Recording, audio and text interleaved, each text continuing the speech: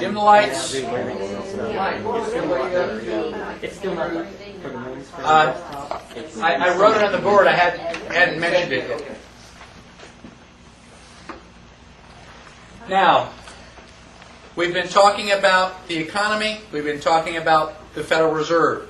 We just finished talking about inflation and why inflation is bad. Because you're putting money into circulation, you basically have no substance behind it.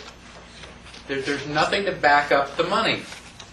Now, if you add money, and inflate the economy, the money that's in circulation becomes worth less. And if you add enough money, the money that's in circulation becomes worthless. So inflation is bad. Now, Alan Greenspan tells us that we need the economy to be inflated about 5%. Now, wait a minute. Why would that be true? If inflation is bad, why would 5% inflation be good? Well, if you woke up tomorrow morning and everything cost you twice as much, wouldn't you be a little bit concerned? I mean, wouldn't you, call your congressman and say, wait a minute, how did you guys do that to us? Well, if they inflate the economy 5 cents a year, and so bread starts out as $1 a loaf, and then in December now it's $1.05. Are you going to write your congressman and say, wait a minute, bread went up a nickel? No, probably not. It's not enough to worry about. Well, then the next year it's up to $1.10, and then $1.16, and so on. Inflation is bad. The reason that they inflated at 5% is because it's not so bad that we're going to notice or complain. How many people know the story about how to cook a frog? Yeah. All right? Well, basically that's what they're doing. They're doing it in little increments so that we don't get irritated. Well, let's get irritated anyway. Now, inflation is bad. Let's talk about deflation. October 1929, stock market crash. Oh, terrible, terrible stuff. Accident, right? No. The stock market crash was deliberately caused. You can read books on that. They deliberately caused the crash of the stock market. Now, if that was the only thing that happened, the stock market would have, been recovered in about, 3 months. Okay? No problem. Is the stock market crash caused the Great Depression? No. What caused the Great Depression? Anybody have any idea? Took the money out of circulation. They took the money out of circulation. They contracted the money supply. In October, the day that the stock market crashed, the amount of money in circulation was enough so that each man, woman, and child could have $2,400. So if you spread it all out, everybody would have $2,400. A year later, guess how much money was in circulation? $14.50 per person. From 2,400 to 14? If you're paddling down the river in a canoe and somebody sucks all the water out of the river, where are you going to go? You're going to be sitting there going, what happened? Now, the Great Depression, was that because you didn't have enough people to work? Were people sitting around going, I'm just not going to work today? No, you had people begging for jobs. Please hire me. Why can't they hire you? Because we got nothing to pay you with. I want to buy that apple. Okay, give me $1. I don't have $1 to give you. Money is just supposed to change hands. There wasn't enough money so we could do our business. And the economy came to a grinding halt. On purpose. So now we say, oh my gosh, a terrible, terrible trouble. We've got this national emergency. Whatever will we do? Oh gosh, I know. Let's elect Franklin Delano Roosevelt, a socialist. And he's going to pass all these New Deal programs. Did the New Deal programs eliminate the Depression? No. How did they cause it? Taking money out. How did they end it? By printing money. Oh, son of a gun, everything is better. Thank you, FDR.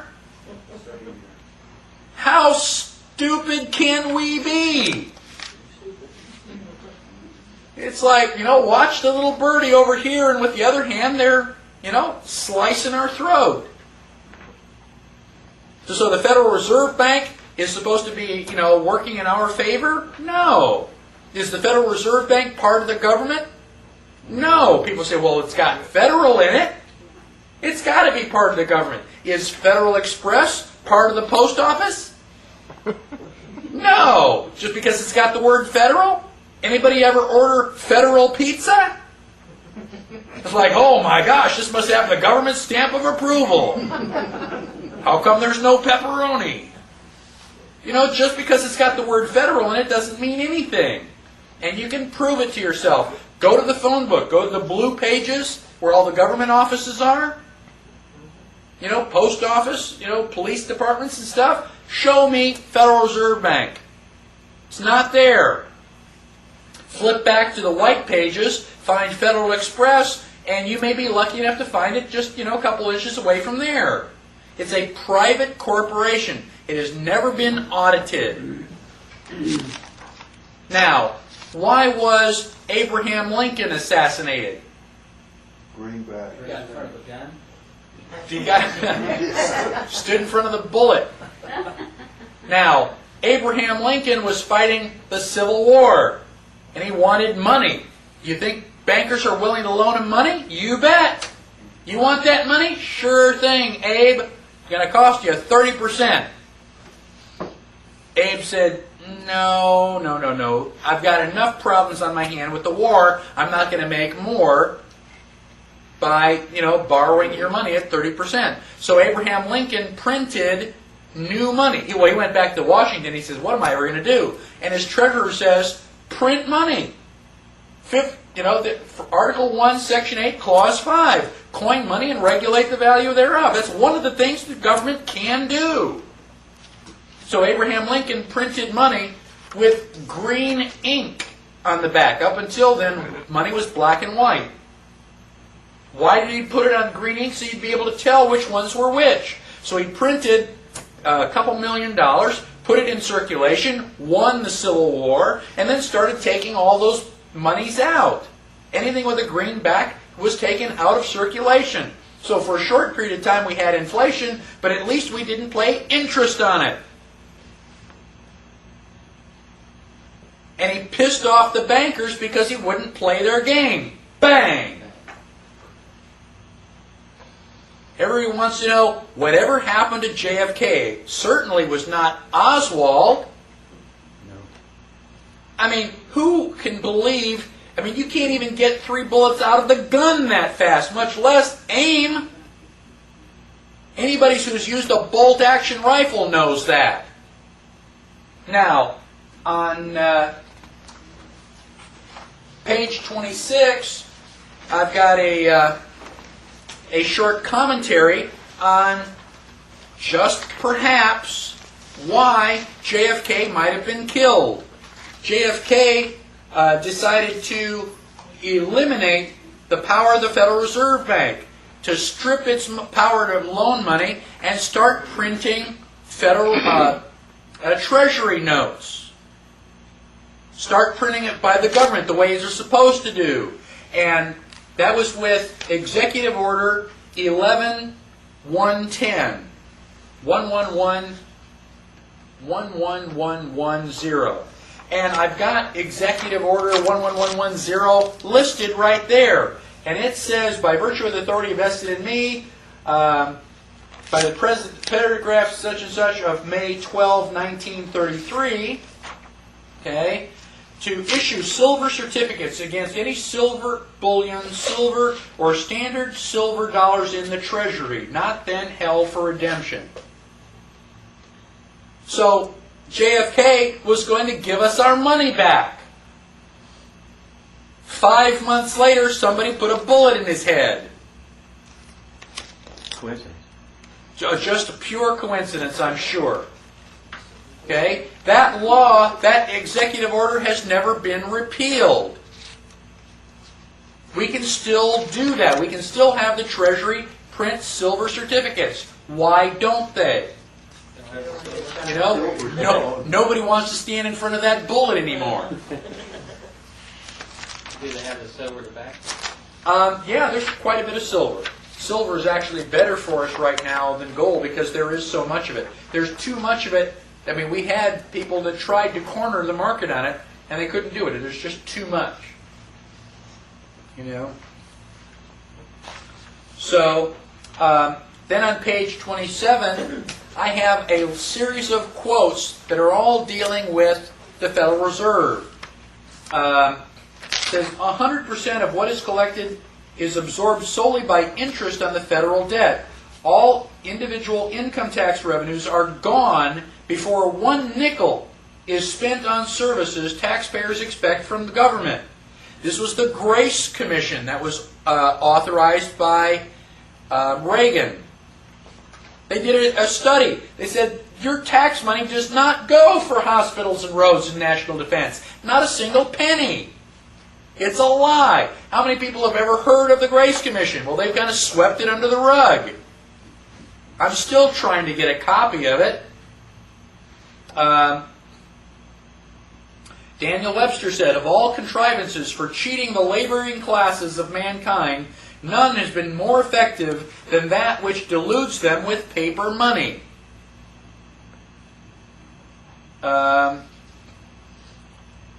Thomas Jefferson said, if the American people ever allow private banks to control the issue of their currency, first by inflation and then deflation, the banks and corporations that will grow up around them will deprive the people of all property until their children will wake up homeless on the continents their father conquered.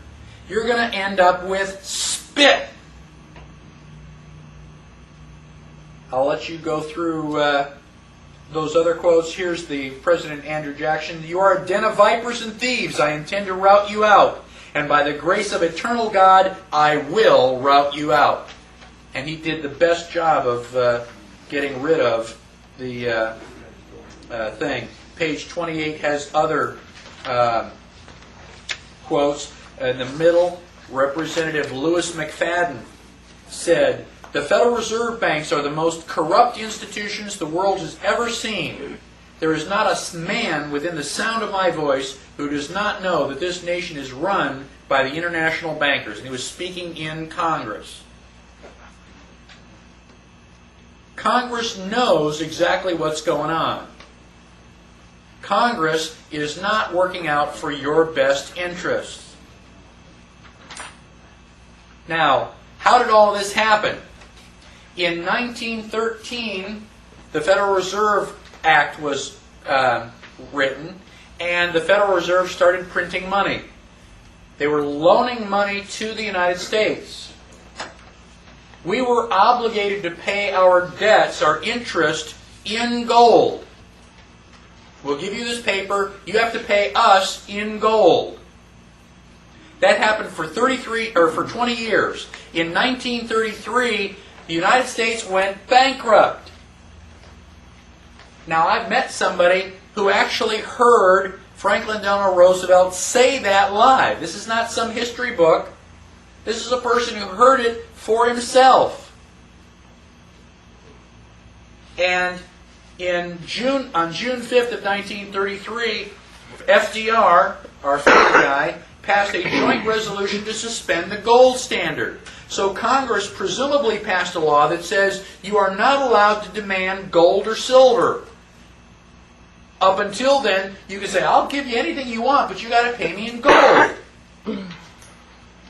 And FDR says, no, you can't do that. It's now illegal to demand gold. Says who? How can they make it illegal to demand gold? Do you have an unlimited right to contract? Yes. So how can FDR tell you what you can or cannot accept? But, whereas the existing emergency, which existing emergency are they talking about? The bankruptcy. The bankruptcy, the depression. Oh my gosh, the economy is terrible. Oh yeah, but you created that artificially. The existing emergency has disclosed the provisions of obligations which purport to give the obligee a right to require payment in gold or a particular kind of coin or currency or in the amount of coin in US dollar measured thereby, obstruct the power of Congress to regulate the value of money. So your rights are kind of a pain in the butt for us, so we're going to eliminate your rights. They can't do that. They didn't give them to us. They can't take them away. And this act is completely and totally unconstitutional. And down below, they say the term coin or currency means coin or currency of the United States, including Federal Reserve notes. So suddenly, worthless paper is now going to be traded the same as gold and silver. Isn't that wonderful? Page 30.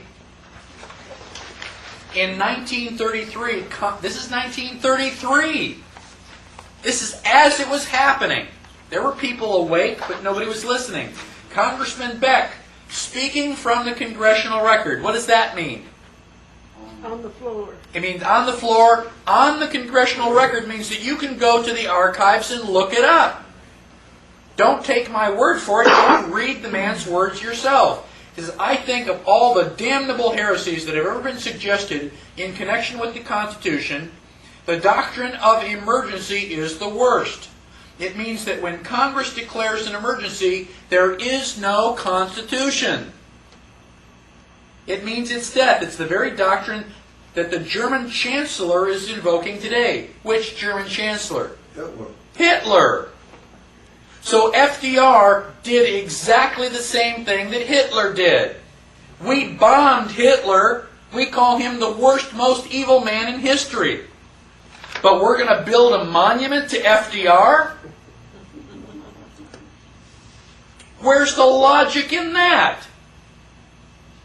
I have promised myself that before I die, I am going to go to Hyde Park, New York, and I am going to piss on his grave.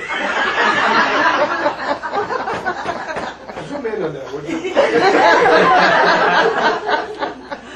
It says Chancellor Hitler is at least frank about it. We pay the Constitution lip service, but the result is the same. And so since March 9th of 1933, the United States has been, in fact, in a state of declared national emergency. My mother was born in 1934. She has lived her entire life under a state of national emergency. Well, if we're in a state of national emergency, how can we go out to these 4th of July picnics and throw the frisbee and have hot dogs? It's an emergency. Shouldn't we be running around going, the sky is falling, the sky is falling? How could it be a national emergency? An emergency means temporary. You know, it's on fire, you put the fire out, the emergency's over with. How can an emergency last for 70 years? Just by definition, it's no longer an emergency. Now, the President may seize property, organize and control the means of production, seize commodities, assign military forces abroad, institute martial law, seize and control all transportation and communication, regulate the operation of private enterprise, restrict travel, and in a plethora of particular ways, control the lives of American citizens. Don't you feel special? And they have been renewing that emergency. I guess in 1970 sometime they said, wait a minute, you can't have an emergency that lasts that long. The President has to reallocate that emergency every 2 years. And they do. Start writing Freedom of Information Acts and asking about all that. We need a president that's willing to say, the national emergency is over. Now, Mike, excuse me.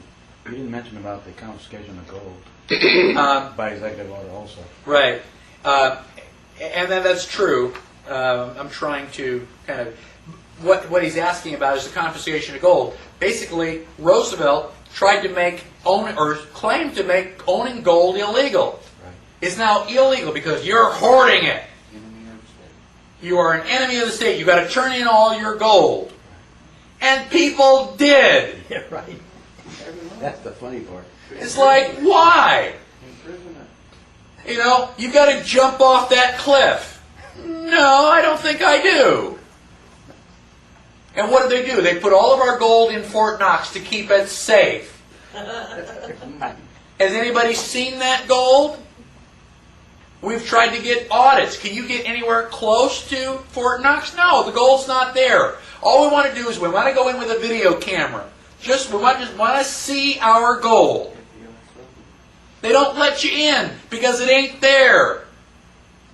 They've lied to us again. How bad does it have to get before we do something? Page 31. I'm just going to go through these real briefly. We've got so much corruption in the United States, it's not even funny. World War I was deliberately started. I mean, everybody was all, happy. They were shaking hands, and somebody assassinated Archduke Ferdinand. Oops, there we go. Got everything in. U.S. was deliberately dragged in by sinking the Lusitania. World War II was deliberately started.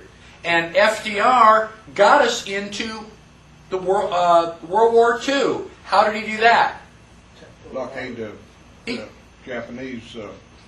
Well, he was blockading Japan, Yeah. but he also created the Pearl Harbor travesty. Mm-hmm. I'm going to make each of you admiral. You have a navy. One of the good things about a navy is that you got lots of boats, and boats can move around and zigzag. A moving target is hard to hit. Anybody disagree with that? Not only is your boat hard to hit because it's moving, it's hard to find. You can hide it in the ocean. Anybody fly across the ocean? I mean, if you have a boat out there, the boat's probably the only people who know where it is. Finding a needle in a haystack is easy compared to finding a boat in the ocean. So now, as the admiral, your first act is to decide whether this is a good idea or not. We're going to take all of our boats and we're going to put them in this little tiny harbor called Pearl Harbor, and we're going to line them up in a straight line. How many admirals in the room want to do that? Not one. Why did we have our boats there in the first place? Because before he became president, FDR was also Secretary of the Navy. When he got elected president, he gave his admiral the order. He says, put all of your boats in Pearl Harbor. The admiral says, I will not. I'm an admiral. I mean, what kind of admiral am I going to be if I put all my boats in Pearl Harbor? No. FDR fired him. Put somebody else in. Said, put all your boats in the harbor. And he said, well, gosh, look what happened to my predecessor. I don't want to lose all these shiny medals. FDR deliberately caused Pearl Harbor to get us involved in World War II. That is treason. If he were alive today, I would assassinate that SOB myself. Anybody want to know my real feelings on the issue? It's all right, we got it on tape. Now, the question now becomes, if things are so bad, is there any good news? Is there any light at the end of the tunnel? And the answer is yes. Don't give up. We are just about to turn this thing around. If you don't do anything, we're definitely going down the tubes. So if we are going to turn it around, we've got to get up off of our fannies and do something. Now, one of the things that we've got to do is we've got to regain our law. The third article of the Constitution is the smallest and it provides us with the least amount of protection. That's where we need to focus. So, join the Fully Informed Jury Association. one of the things that juries can do is they can overturn the law. It's called jury nullification. Now, judges will lie to you. They say, you get to decide the facts, I will decide the law. Baloney. Not the way it really happens. So if I get arrested for having black hair, according to their rules, you get to say, well, does Mike have black hair? Well, yeah, looks like it. Guilty! You go, well, yeah, but wait a minute. The way things really work is you go, yes, he does have black hair, and we really don't care if the law says it. It's a stupid law. We're going to override that. We refuse to find him guilty. That's what happened. That's where juries came from. When they were trying to accuse William Penn of heresy because he wasn't teaching the proper religion, the jurors were put in jail. They were starved and beaten, and they refused to find him guilty. The judge finally had to let him go. So that's one of the places that I would focus. Now, instant runoff voting. One of the things that we can do, as we're working for, is to get this, check mark. When I say, I want you to vote for the Libertarian, people say, well, I don't want to waste my vote. If I vote for the Libertarian, the bad guy is going to win, and I'm going to feel really terrible. Because I didn't vote to prevent the bad guy from winning. Now, I don't care which guy you think is the bad guy. You're not wasting your vote. If I give you a choice, a 45% chance at lethal injection, a 50% chance of the electric chair, and 5% for escape, what are you going to vote for? The electric chair because you're likely to win? What are you going to vote for? Escape. But it's only 5%. I don't care. It's the right thing to do. Now, with instant runoff voting, you get to itemize. This is my first choice. This is my second choice. This is my third choice. Now, you can vote for the guy you really want to vote for. And if he doesn't win, they will take your second choice and go for the guy so that, the bad one doesn't win. And now, when we start getting 20, 25, and 30% for the Libertarians, guess what? Things are going to change. I have a copy of Pretty Good Privacy. It's called PGP, and it's a software program that lets you scramble your email. You can scramble it up so that the CIA and the FBI cannot read it. Grandma's peanut butter cookie recipe is safe. Now, I won't go into too much detail, but we are now using 2096 bits of encryption. It would take a Cray computer just about 100 years to number crunch all the possibilities. By that time, Grandma's going to be dead, I'm going to be dead, and we really don't care about the peanut butter cookie recipe. The reason the FBI and CIA are upset is because they can't break the code. So if you have email, get a copy of PGP. Now, Mike, I was yes. pushing the tape. What were they upset about? Oh, was Say that? again? Wire Oh, clock? the FBI? Yeah. The FBI and the CIA are upset because PGP works. You can scramble your email messages so well that they can't read it. And it just pisses them off. Well, why should they read it anyway? I thought I had a right to privacy. If you thought, do you write your love letters on the back of a postcard? No, not generally, because it's not for public consumption. It's only for honey bun. So you put it in an envelope so nobody else can read it. Well, if you're sending email, every computer that email stops on can make a copy of it. Anything that you print in an email which is not encrypted, you better be ready for that to show up on the front page of the New York Times. So buy a copy of PGP. You can get a copy for free off the internet. They can give you test copies. It works really well, and I highly recommend it. What's the website on that? PGP.com. And the other person has to have it to decode it? I can go into more detail about how it works. I mean, I'm a computer guy. How it works is irrelevant. The fact that it does work is what you really need to be concerned with. Now, there is a Project Toto to expose and end the illegal operation of the income tax system. In a couple of weeks, we are going to go to Washington, and we are going to be dragging the IRS over hot coals, asking them difficult questions. Now, the government never gives us anything that they still want. If they have agreed to go to Washington and answer our questions, I am convinced the IRS is out. They don't care anymore. They don't want the IRS, and they're going to say, okay, you guys win. Except that they've got something better in the background, which I think is national sales tax. So we've got to be careful that we don't let them slip in something worse than the IRS. Norfed. We've already talked about Norfed.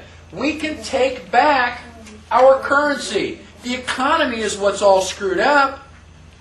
Silver doesn't inflate. This is real value.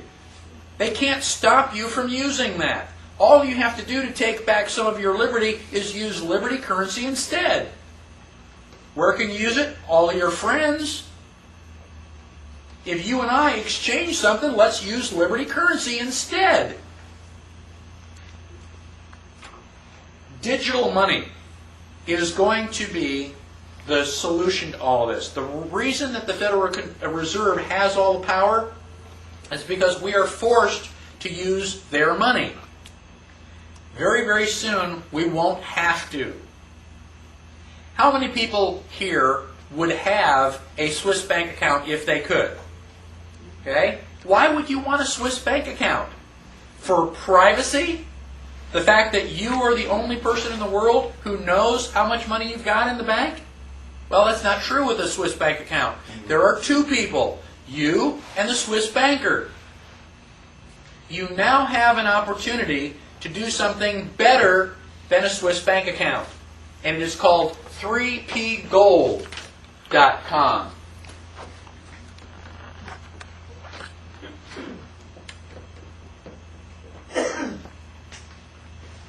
The 3 P's are privacy, protection, and profit. If I told you you could go out to the internet and get yourself a Swiss bank account, it's better than a Swiss bank account. A, because you don't have to travel to Switzerland. B, a Swiss bank account, I think you have to have like $25,000 minimum. This only requires $1,000 minimum. And 3, there's only one person in the world who knows that you've got the account. You. The computer knows, but the computer's not telling. Now, how does this work? You want to sell me a book.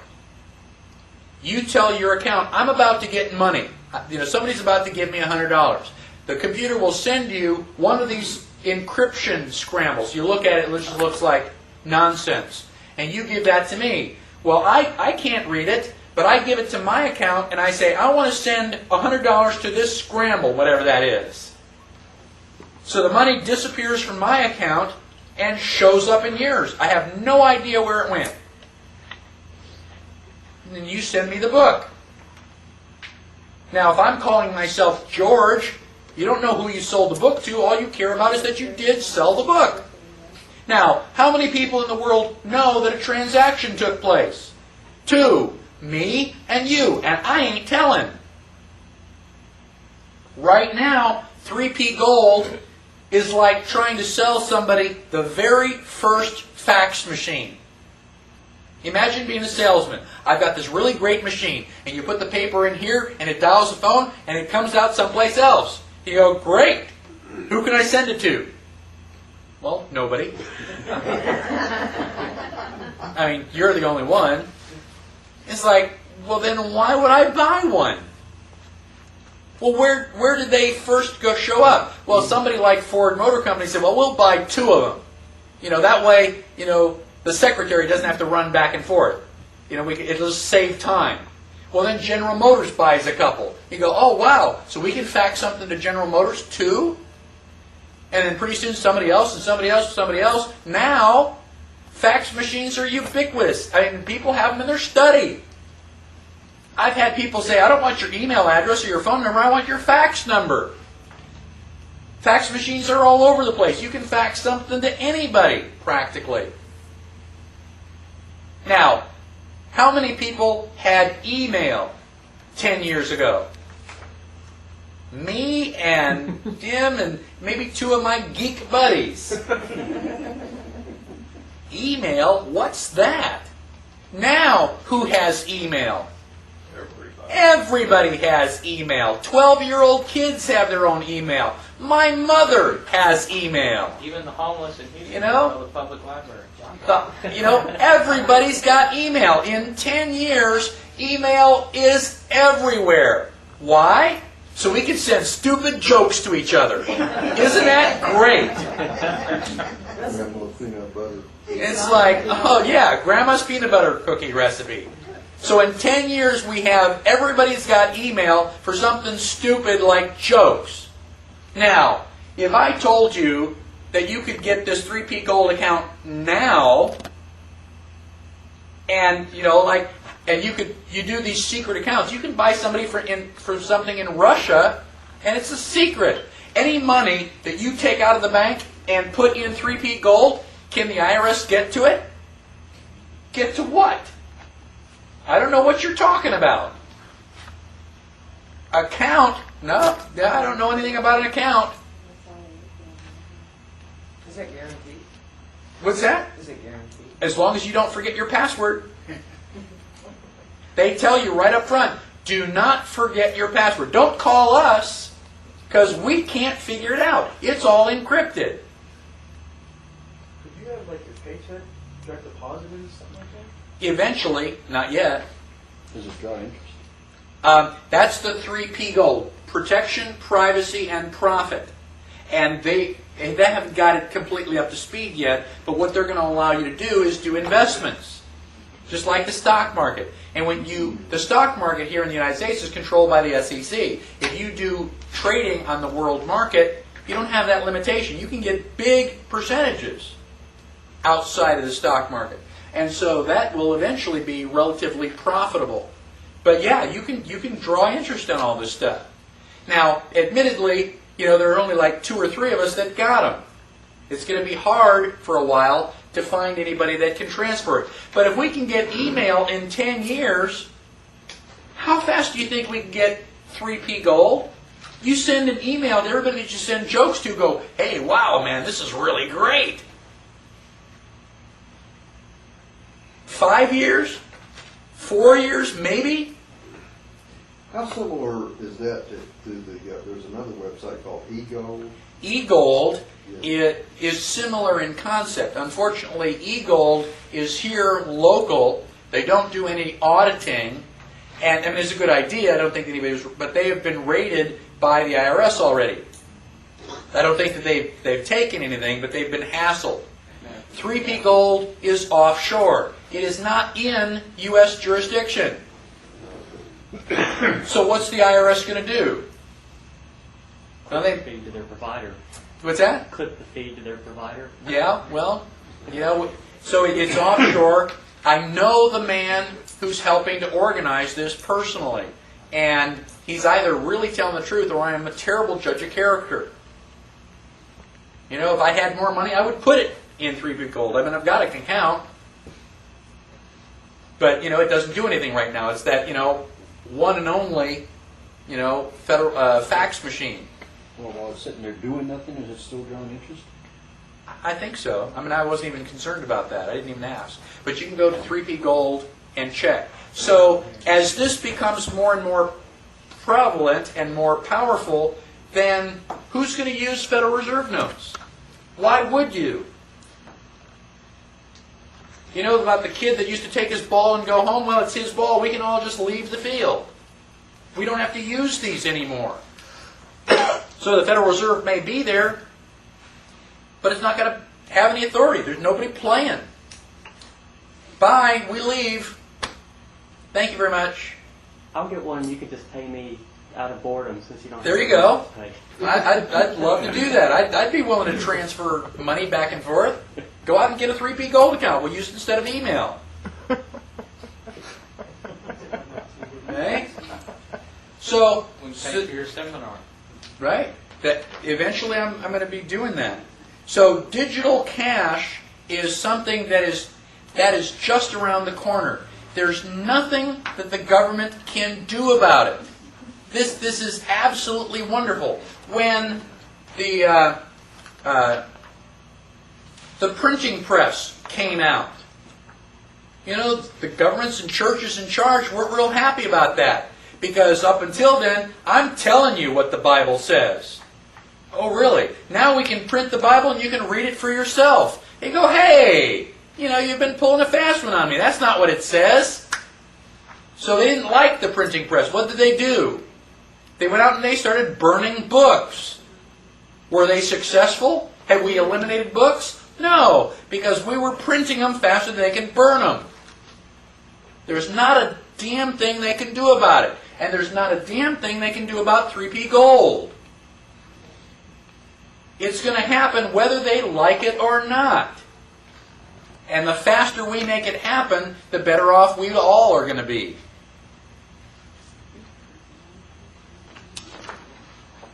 The Libertarian Party, page 34. Now, I really don't care who you vote for, as long as you do not vote Democratic or Republican. Don't keep making the same mistake. Now, if you want my advice, I advise you to vote for the Libertarian Party. They have been around for 30 years. This December, we're having our 30th anniversary. They fight for the right to life, the right to liberty, the right to property. They are the only ones who understand rights. Your money, you spend it. You know, you're an adult, you decide what you want to do. As long as you don't hurt somebody else, you know, you can do anything you want. Gosh, where have I heard that before? The Libertarian Party is the only one that understands the Constitution. You say, well, yeah, but you can't get elected. No, not if you don't vote for me. You know, if you were the deciding vote, I'm going to guarantee that I can get everybody else to vote Libertarian, but I need your vote. Are you willing to vote Libertarian? I have. And, you know, even if that's not true, are you going to wait until everybody else figures it out and then you're going to be the last one to vote for liberty? Boy, that's a patriot. Why don't you do something brave and daring, like be the first one? And then convince all your friends. Page 35. There are three groups of people. People who don't know that there is a problem. Okay? Then of the people who know that there's a problem, people think that, yes, we can solve it, and we can work within the system. If that's true, vote Libertarian. If you fall in the third group, and you think that the system is so out of hand that it just cannot be fixed, then start from scratch. This is Texas Constitution 2000. It's only the first couple pages of it, but Article 1 is a Declaration of Rights. Right? It says all political power is inherent in the people, and all governments exist by the will of the people. The people of Texas retain the right of altering, reforming, or abolishing their government in any manner they believe proper at any time. Go to page 36. I'll read two of my favorite clauses. Section 5, every individual has the inherent right of defending the life, liberty, or property of any other individual using whatever force is necessary through whatever means available, including the use of deadly force. Doesn't that sound a whole lot better than the Second Amendment? And just in case there's a Rosie O'Donnell out there who doesn't understand, let me clarify with Section 6. Every individual has the inherent right of owning, using, and carrying arms of any description. Any questions? Article 2 is limits of the government. Government has no inherent rights or powers, neither implicit or explicit. That pretty much sums it up. And you go through. Government shall never, government shall never, government shall never, government shall never. They can't own property. They can't control the free flow of ideas. Government can't do anything unless it's explicitly listed. Now, this is a constitution with teeth. Now, the Constitution has been written. It has not been ratified. How did we get this Constitution ratified? Well, we had 9 out of 13 states ratify it. Well, this is a Texas state constitution. We've got 254 counties. If we get 176 counties to ratify it, it becomes the law. And Texas becomes a nation. What happens to the existing statutes? They're non-existent. Okay. There is a transition stuff. I mean, we don't expect it to happen overnight, but there is a whole program of how we're going to go from the mess that we're in now to the new government. And I give you the website for that, tcrf.com, Texas Constitution Ratification Fund, and you can read, I think it's about 22 pages. First time I read it, it made me weep. When you say it goes from a country to a nation, I'm not ready to think. I know Bill knows a lot about it. Are you talking? Are we pulling out of the U.S. as a nation, or you mean we would become sovereign again, like we should have been all along as part of the U.S.? No, we would be separate from. Literally, you're 49, we're 1. Still Yes. Okay. Yes, and Texas is not the only one doing that. The sovereign nation of Hawaii is very, very close. Alaska, Arizona, Idaho, and Montana also have very strong. Just remember, last time the United States tried to do this, or part of the states, we ended up a civil war over it.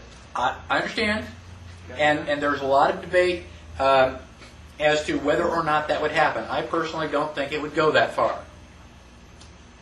But, I mean, if it did, send me to the Alamo. Lock and load. Got half the arms in Texas anyhow. That's right. Now, those are some of the things that I think that you should know about, and I think that they should, improve your outlook. Now, starting on page 39, I have a list of reference material. Obviously, we haven't covered anything as much as we would like to. Hopefully, you will start doing your own research. And I've tried to leave breadcrumbs for you to say, gosh, go here. You don't have to search through the entire library. Now, I've got a list of books, a list of videotapes, audio tapes, and websites. Now, every book, audio, and video on this list I have read, watched, or listened to. It's not just because it's got a snappy name. I've been studying the Constitution for 18 years. Now, the websites, I don't have as much. I didn't go through every single website, every single page. So there may be things on the websites that, I don't agree with completely. But they are all, for the most part, as far as I know, very strongly, pro-liberty. And I've tried to arrange the websites in the same order that we've covered topics in the class. Now, you can go to my website. Instead of typing all these things in by hand, you can go to my website, go to the Introduction to the Constitution, which is what this class is, and I have a list of references. So you go to a page, and that same page is right there. You just point and click with the mouse. That'll save you a lot of time and effort. This website? No. Now my website is listed on the first. 47? Yeah. Page 47. Okay, and it shows where my references are, and so all of these are listed there, and you can then point and click. Now I'd like to go through some of these books and tell you which ones are some of my favorites.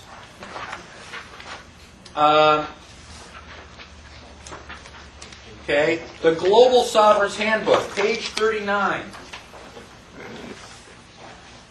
This book is $105, but it is worth it. Instead of going to the library and checking out, 15 or 30 books and getting a little bit here and a little bit there, this has basically got everything between two covers. You can't sit down and read it from cover to cover because your brain will explode. You got to read a chapter and then just going to sit there in a daze and absorb the information for a while.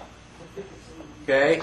This is a very, very good book, and I haven't found anything in here It says which. here it's $25. What's that? It says here it's $25. Not the Global Sovereign's Handbook. Oh, okay, I'm looking at the wrong one, I'm sorry. Yeah. Page 39.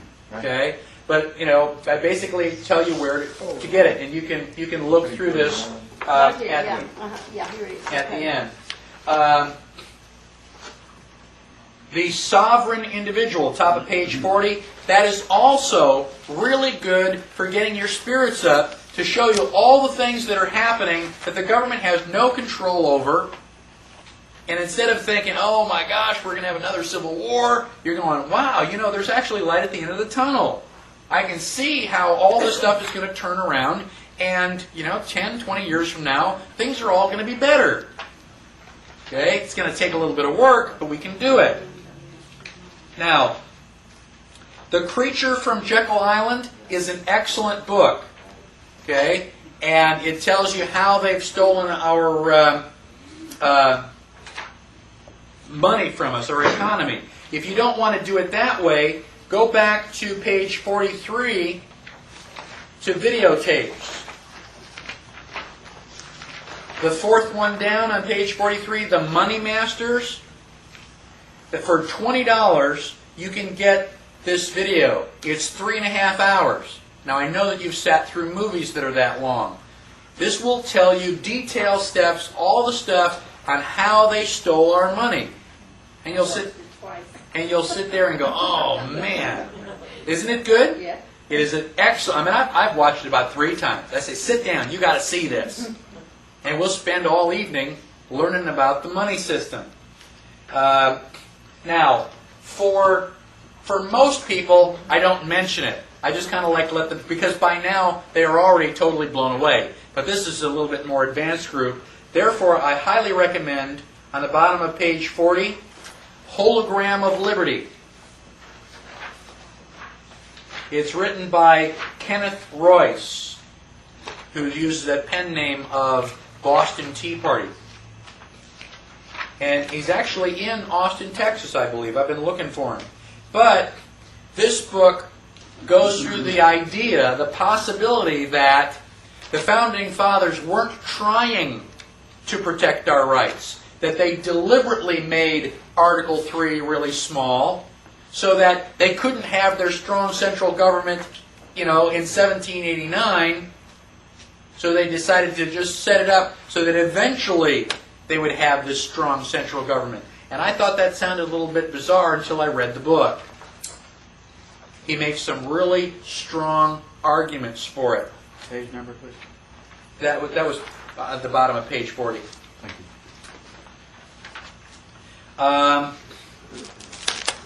Okay.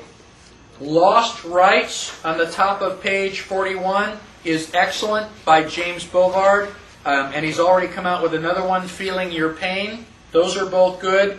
Read the Communist Manifesto. You have to know what the enemy is doing.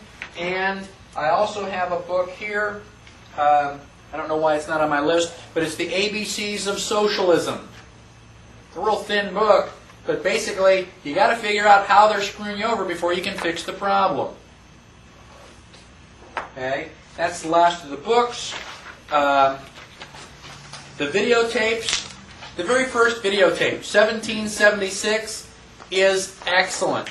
It is a musical, and it seems a little bit strange to have Benjamin Franklin and Thomas Jefferson dancing, but, okay, you can get over that a little bit. And it talks about how all the stuff they had to go through to get the Declaration of Independence signed.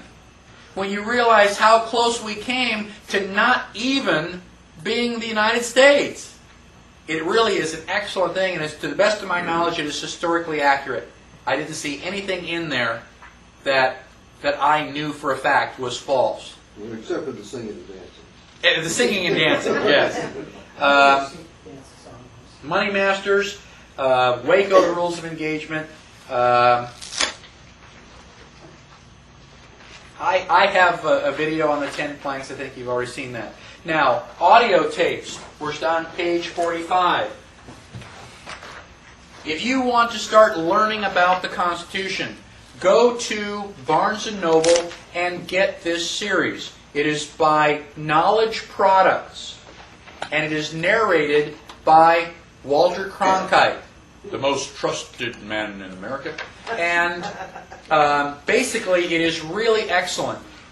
Walter Cronkite talks about what was happening. George Washington is coming into town. They're getting ready to write the Constitution, and then they have actors and actresses doing the voices of Thomas Jefferson, George Washington, and it's really, really good. I get goosebumps. It makes you feel like you're really there. And I have listened to this series wall to wall, the entire set, 4 times at least. When you're driving in the car, it's a really excellent thing to just pop in and listen to that. Another excellent series is audio archives from Reality Zone. The guy who wrote Jekyll from The Creature from Jekyll Island is responsible for all of these tapes. Edward Griffin, and they're on different subjects, and I've got those listed. One of my favorites is the I was a spy for Joseph Stalin. I mean, this guy lived it. And when you find out all the things they were doing, man, it just sends a chill. I mean, it's even more exciting than some of the James Bond things. So those are all really good. And also, if you have friends that are not quite as extreme as you are, and you don't want to scare them, by giving them all this stuff right up front, I strongly recommend How Tyranny Came to America by Joseph Sobran. You can get the audio tape for $5, which is pretty good. You can also download the text and just print it. You can have people read it. My parents think that I'm an extremist and a radical. They're paranoid that I'm going to get shot. But I gave this to them, and they went, "Oh, wow, yeah. We can see, basically what you're talking about." So that's a really good starter tape for any of your friends. And then the rest are websites.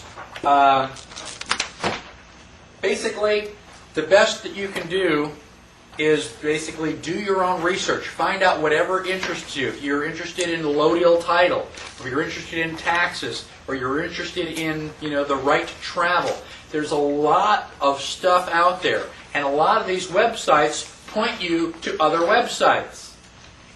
So the information is available if you want it. All you have to do is go out and find it. I want to remind you once again that now that you've attended the class, you are welcome to attend any future class for no additional charge. There's a lot of information, and if you want to just sit through it again, each one is unique. I try to throw in different anecdotes, different times, and different explanations. But I have enjoyed it. I appreciate the fact that you've all been here, and I hope that you found it very helpful. Thank you. Thank you. Let's see a show of hands. If he gets a level 2, who will attend? All right, I'll take gold, silver, knight, and my pocket. You can't ask for gold. That's illegal.